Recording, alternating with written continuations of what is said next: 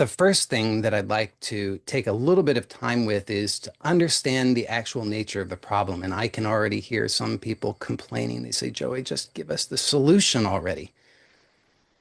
But you see, the reason why I take time in order to understand the problem is because I care, because I want you to get the results. And I know that if you don't understand the nature of the problem, you won't be able to apply the solution. Now, I know that might seem strange because most people are programmed to think that if they just get the solutions, then they're going to solve their problems. But if you notice, how many of those videos on YouTube have you watched where they give you the solution in 1 minute?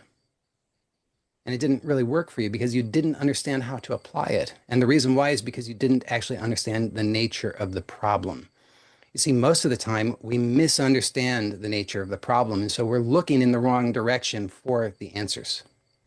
Let me give you an analogy that might help this to make some sense. You see, there is a condition that's called morning sickness. And the actual cause in most cases of morning sickness is low blood sugar.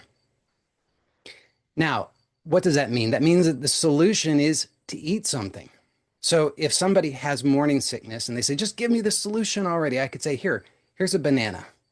You see, one of the major symptoms of morning sickness is nausea. So that person, when I give them the banana, they're going to think that I'm mocking them. They're not going to understand that I've given them the solution, so they won't know how to make use of it.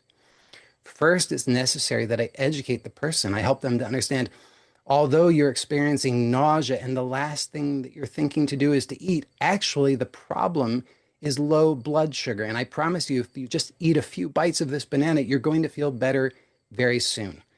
Then with that information, they can trust that I've given them the right solution and they will make use of it and they will feel better. So it's very much like that. Most of the time, as I said, we misunderstand the problem and therefore we're looking in the wrong direction for the solution. So let's take just a few minutes up front to understand the nature of the problem. I promise it's going to be worth your while.